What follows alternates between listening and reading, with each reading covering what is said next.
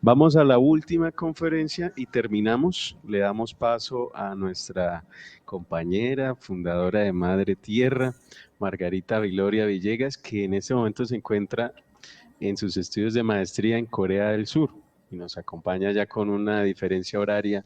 Ahora nos cuenta de cuánto. Margarita, ¿prefieres que transmitamos nosotros la diapositiva o tú la pones? Hola José, la puedo transmitir, gracias. Listo, entonces por favor, adelante.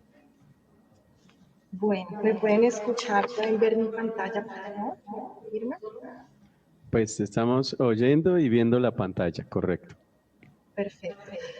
Bueno, muchas gracias al equipo organizador del Congreso por haber aceptado en mi ponencia. Mi nombre es Margarita Viloria, soy ingeniera ambiental de la UPB, Bucaramanga.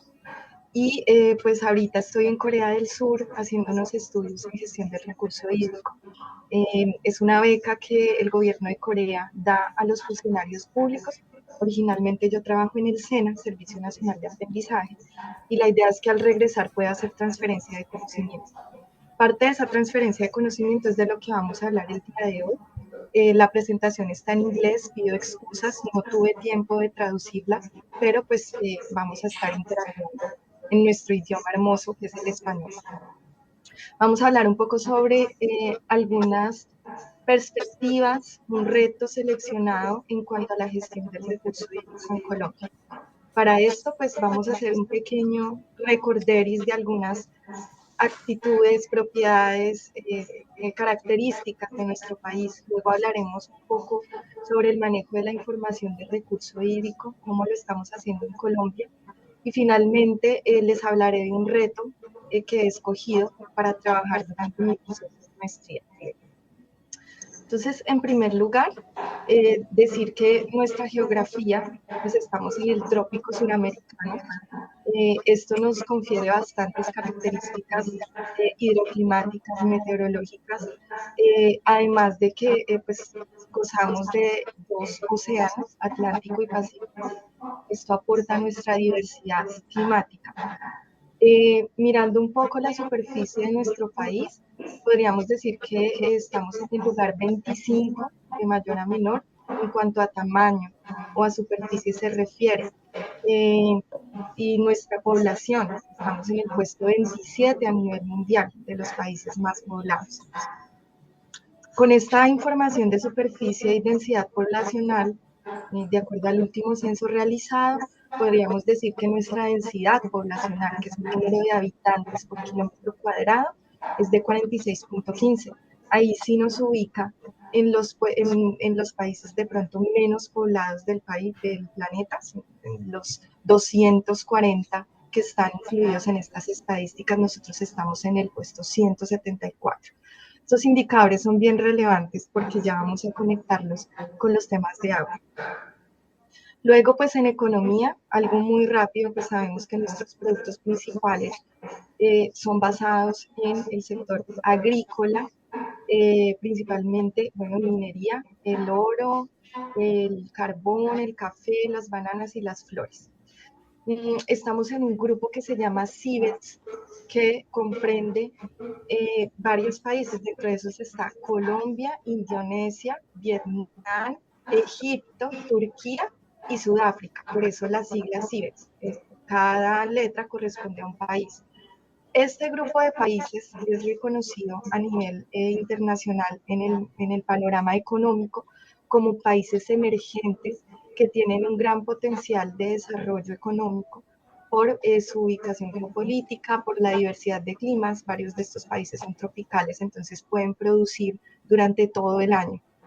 Eh, Hablando un poco de nuestro GDP o nuestro PIB, que es lo mismo, pues digamos que estamos en el puesto 97 a nivel mundial, pero una cifra preocupante que conecta con esto es la inigualdad, la inequidad.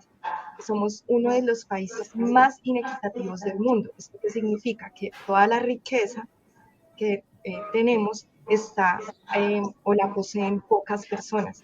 En este caso estamos en un coeficiente del 54.8% que nos cataloga como alta desigualdad o brecha social.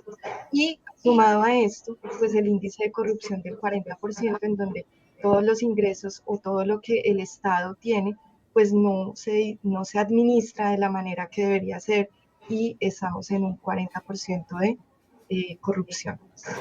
En cuanto a educación, solamente quiero mencionar un indicador que es el indicador PISA. PISA es una prueba que se hace a estudiantes de 15 años de colegios en matemáticas, tecnología, ciencia. Nosotros estamos por debajo del promedio. ¿Sí? Entonces, digamos que ahí hay algo por explorar en cuanto a cómo podemos fortalecer no solo los indicadores, sino que hay atrás de esos indicadores que nos dicen estamos por debajo de un promedio en temas de educación. En cuanto a sociedad, pues tenemos una larga historia de conflicto, violencia, pero también somos un país muy rico. Tenemos 65 lenguas que se hablan, tenemos 6 grupos étnicos diferenciados, los mestizos, los afrocolombianos, los indígenas, los raizales, los palenqueros y los rom.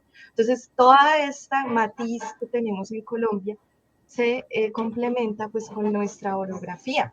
Nosotros estamos, como pueden ver acá en esta diapositiva, ubicados en los Andes. Nuestro relieve, si hacemos un cálculo muy aproximado, podríamos decir que el 67% es plano y el 33% son montañas que corresponden a las tres cordilleras que tenemos. Y algo bien importante es que tenemos el 50% de los páramos del mundo. Entonces, esto, digamos que nos da una gran relevancia a la hora de hablar de gestión del recurso hídrico, entendiendo que los páramos, pues son fábricas de agua, ¿cierto? O así se han conocido. En cuanto a nuestro clima, pues tenemos eh, todos los pisos térmicos, además de que se espera que tengamos severos déficits de precipitación bajo los escenarios de cambio climático.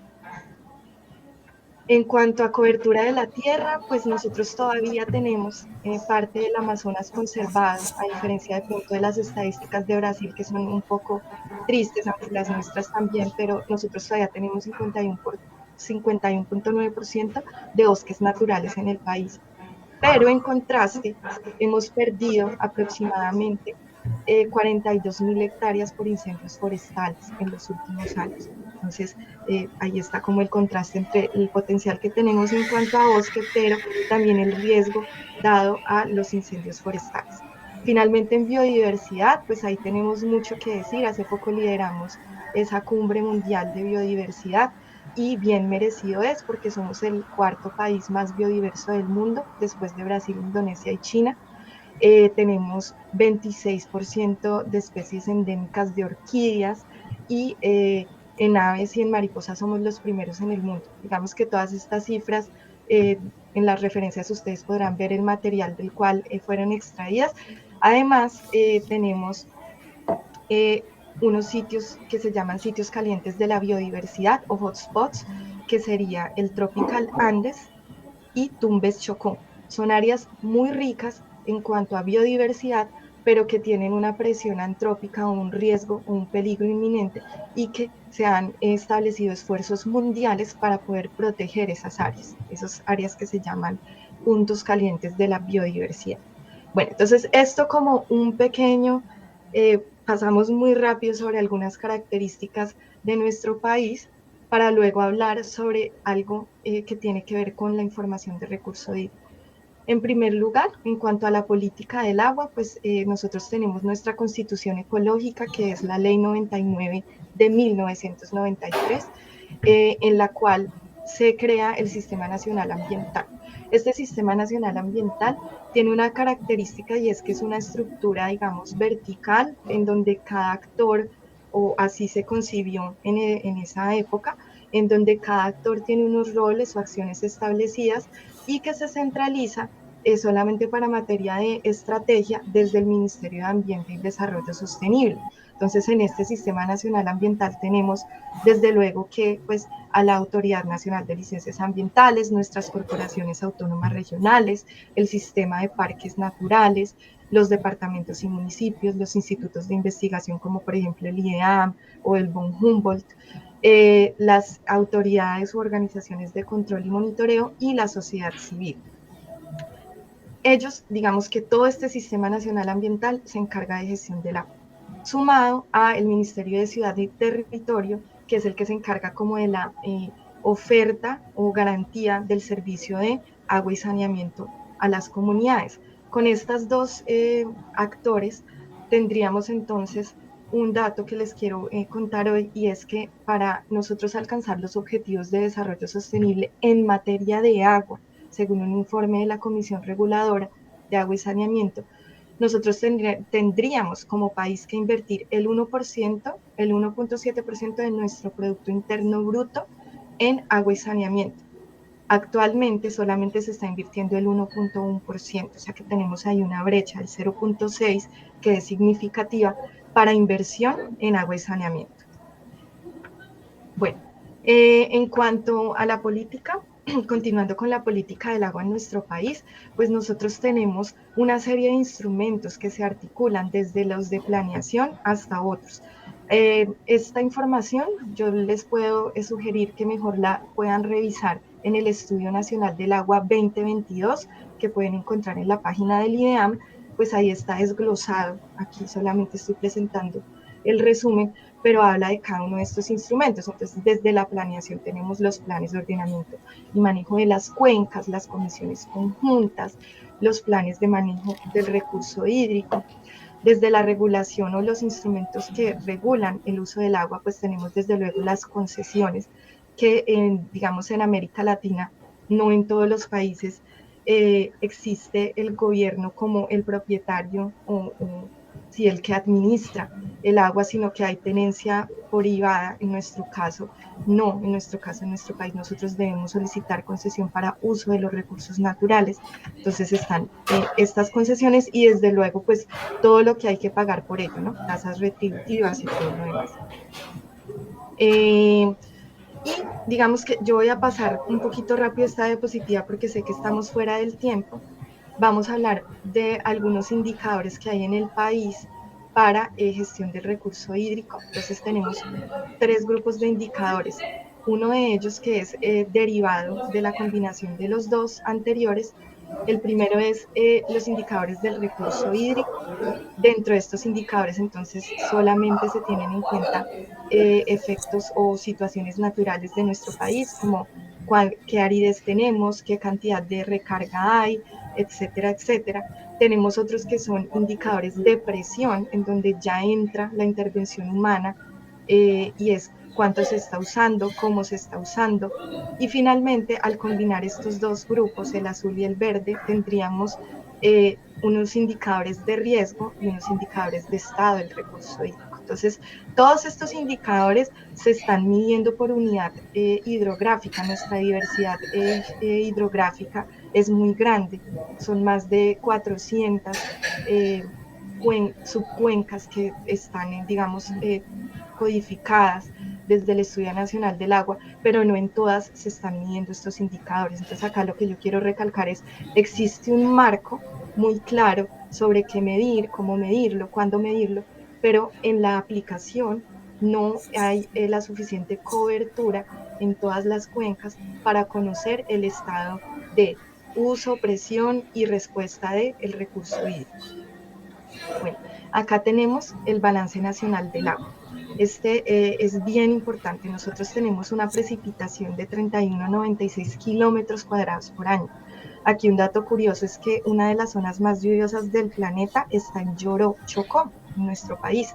Y de hecho somos de los países que tienen más precipitación. Pero la precipitación no puede ser vista solita, hay que analizarla con las otras variables, como la evaporación, que si miramos la relación precipitación-evaporación, uno podría decir, bueno, hay una buena capacidad de retención de agua en nuestro país porque nuestra evaporación es de 12,36 kilómetros cúbicos por año, lo que nos permite o nos podría hacer pensar en que podemos almacenar agua de una manera muy eficiente en nuestro país. Y la escorrentía superficial correspondiente a 19,63 kilómetros cuadrados por año. En cuanto a acuíferos, no está estimado, solamente conocemos el 15% de la dinámica de cómo se comportan nuestras aguas subterráneas, Entonces ahí hay un aspecto de interés por estudiar nuestro país, cuál fue esa huella hídrica y los productos que salen de nuestro país, que no vuelven al ciclo hidrológico, pero que deberían ser cuantificados. Para el caso de las exportaciones está cuantificado para los productos agrícolas y tenemos unos flujos virtuales asociados a la huella verde, que es el agua que queda en el ciclo productivo, y la huella azul, que es el agua que queda almacenada, por ejemplo, en piscinas, en otra serie de procesos de recirculación que no regresan a las cuencas. Entonces, y los usos, que son 32,2 kilómetros por año. Teniendo en cuenta todas estas estadísticas, podríamos decir, entonces, podríamos pasar al tema de cobertura de agua y saneamiento. Actualmente en nuestro país nosotros tenemos una cobertura en las áreas urbanas superior a las áreas rurales, digamos, existe esa brecha. Entonces, en acueducto estamos en el 97,9%, en alcantarillado 93%. Si nos vamos para el área rural, en acueducto es el 73% y en alcantarillado el 75%. Ojo, estos indicadores no nos indican calidad, solamente nos están indicando cobertura. ¿Listo? O tampoco nos están indicando eficiencia. Y también contarles que hay un estudio que se está realizando, se está haciendo una línea base nacional en donde se están determinando o evaluando todos los sistemas de saneamiento en el país. Hasta el momento, ese inventario va en un 82%, o sea, 912 municipios ya tienen este inventario de cuáles son los sistemas que existen en áreas rurales, que es como el área en donde hay que enfocarse más porque es donde tienen menos cobertura. Bueno, finalmente, en cuanto a calidad de agua, digamos que eso es un universo, acá solamente son unos datos. Eh, Realmente nuestros aportes a la carga contaminante del país las tienen la industria y la agricultura.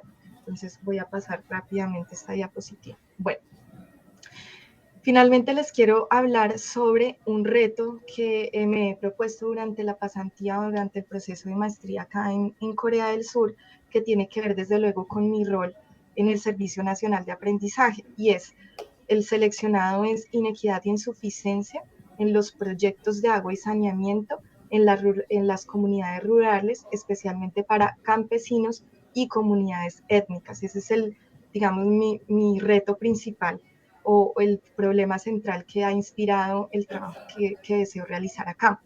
Y pues esto digamos que se debe, o la causa de esto es la baja gobernanza y gobernabilidad de nuestras comunidades campesinas y étnicas, el limitado soporte técnico que ellos tienen para la formulación de proyectos de agua y saneamiento, lógicamente las barreras de comunicación o de lenguaje, y la falla en el entrenamiento de estas comunidades para que ellos puedan ser autogestores de sus proyectos. ¿Esto qué nos puede causar? Pues que estas comunidades van a tener menores opciones de acceder a proyectos de agua y saneamiento, porque no van a saber cómo formularlos, cómo ejecutarlos, cómo operarlos. Por lo tanto, puede derivarse en baja inversión, en baja oportunidad o menos oportunidad para gestión. Eh, Como les decía, nuestra brecha social o inequidad en Colombia es una de las más altas en el planeta, y esto puede ser una causa, una consecuencia también, que haya más brecha entre estas comunidades campesinas que no tienen acceso a sistemas eficientes de agua y saneamiento.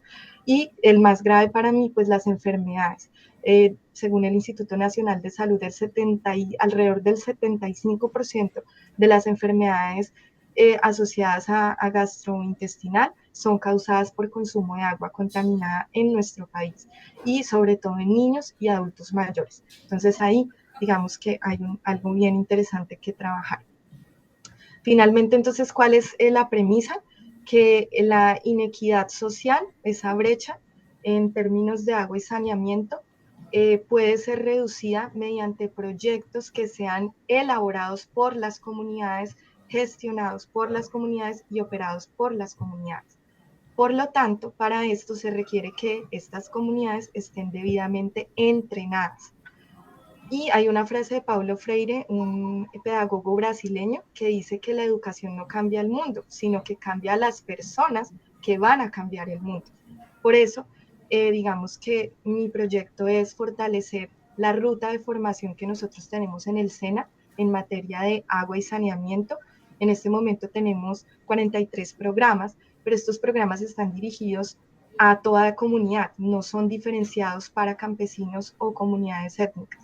Entonces, la idea es que a través de una transferencia de tecnología que se tiene acá en Corea del Sur, que se llama el movimiento Semaul, en donde Corea en 50 años pasó de ser un país pobre a estar en el top 10 de las economías mundiales por el trabajo que hacen desde las comunidades. Es muy interesante. Entonces, la idea es replicar ese modelo en el SENA para que podamos fortalecer la ruta de formación en materia de agua y saneamiento.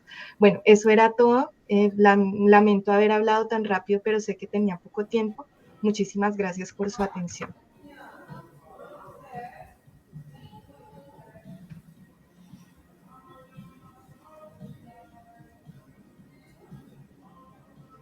Cierro micrófono.